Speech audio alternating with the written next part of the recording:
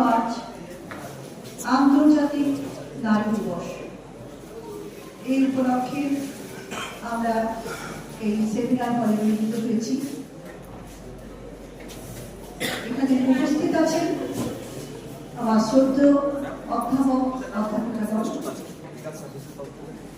শিক্ষাকর্মী এবং আমার স্নেহের ছাত্রছাত্রীরা।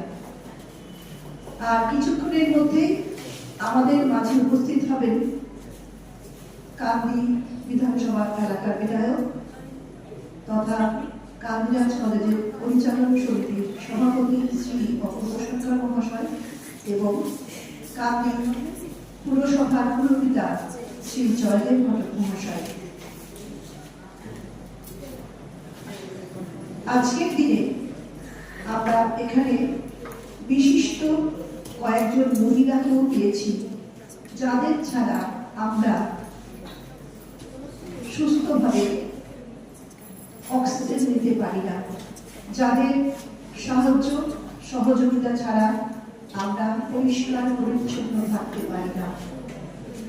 আমরা ওদের হাতে একটু ফুল তুলে দিয়ে সংগঠিত করব, আমরা নিজেরা ধন্য হব।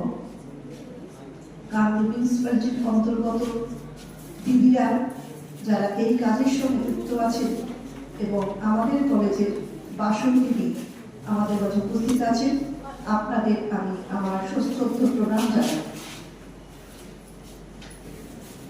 আজ এই হলে আমরা যে উদ্দেশ্যে সমবেত হয়েছি, আন্তর্জাতিক নারী দিবস, প্রথমেই একটি খুব সুন্দর অনুষ্ঠান যা মনকে ছুঁয়ে গেছে।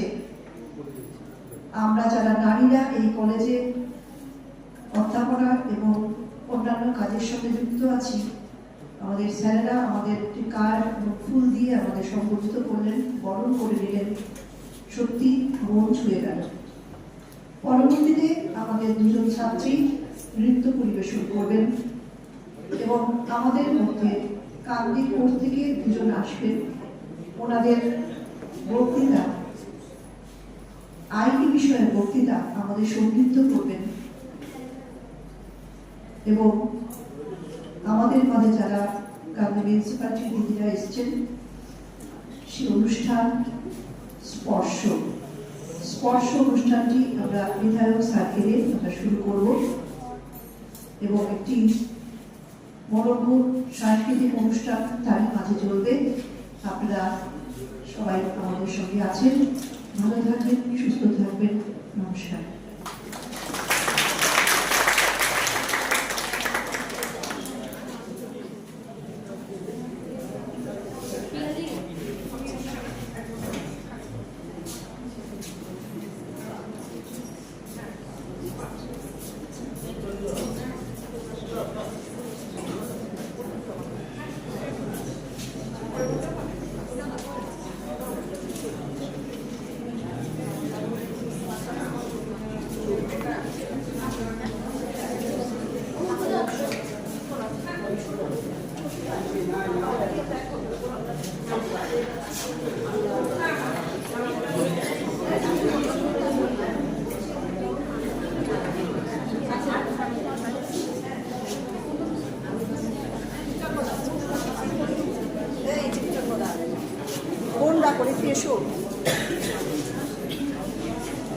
ধন্যবাদ। আমরা যদি অতীতের প্রেক্ষাপট দেখব বৈদিক যুগের যে পুরুষ শাসিত সমাজ, সেখানে নারী পুরুষ উভয়ই কিন্তু সমান অধিকার ছিল। উপলব্ধি আমরা পরিচয় পাই, যা মানসিক উৎকৃষ্টতার চূড়ান্ত নিদর্শন। সে যুগের পিতা মাতারাও কন্যা সন্তান চাইতেন পুত্র সন্তানের পাশাপাশি। আমরা বৃহদারণ্যক উপনিষদেও তার পরিচয় পেয়েছি। অথৈয় ইচ্ছেদ দুহিতা মেয়ে পণ্ডিতা যাইত, অর্থাৎ আমারও একটি বিদুষী রমণী হোক। সে সময় যজ্ঞানুষ্ঠানে স্বামী স্ত্রী দুজনে মিলে যজ্ঞে অংশগ্রহণ করতেন। পতির সঙ্গে মিলিত হয়ে যজ্ঞ করতেন বলে জায়াকে বলা হয় সপত্নী, পত্নী কর্তৃত্ব যজ্ঞে সংযোগে। পুরুষদের মতোই নারীরাও কিন্তু মৌঞ্জি বন্ধন অর্থাৎ উপনয়ন করতেন।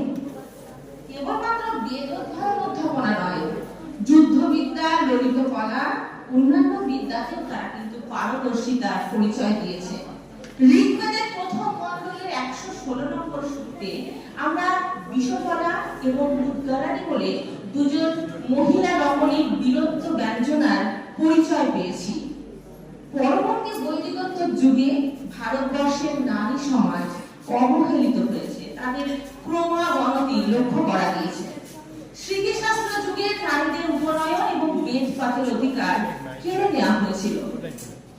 পরবর্তীকালে তারা নির্দিষ্ট হয় বিবাহই নারীর একমাত্র চরম পরম লক্ষ্য। নারীকে আপন ভাগ্য জয় করিবার কেহ নাহি দেবে অধিকার, হে ভাগ্য বিধাতা। শৈশবে পিতা, যৌবনে স্বামী এবং বার্ধক্যে পুত্র পরাধীনতায় যেন সে আবদ্ধ। এই কঠোর পাশাচারের মধ্যেও নারী স্বাধীন সত্তায়, নিজস্ব বুদ্ধিমত্তায় সমাজে বিভিন্ন আঙিনায় তার পরিচয়ের সাক্ষ্য বহন করে রেখেছে। আমাদের কলেজের ছাত্রী এখন নৃত্য পরিবেশন করবে।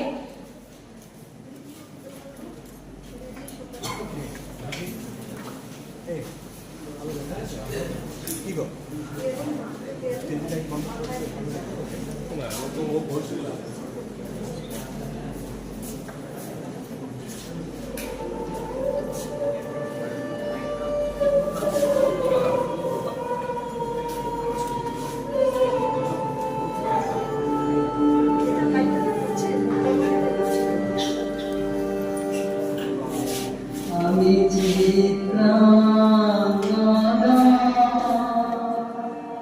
আমি রাজেন্দ্র নন্দিনী, নহি দেবী নহি সমান নারী, আমি চিত্রাঙ্গদা, পূজা করিবে রাখিবে সে রহি নাহি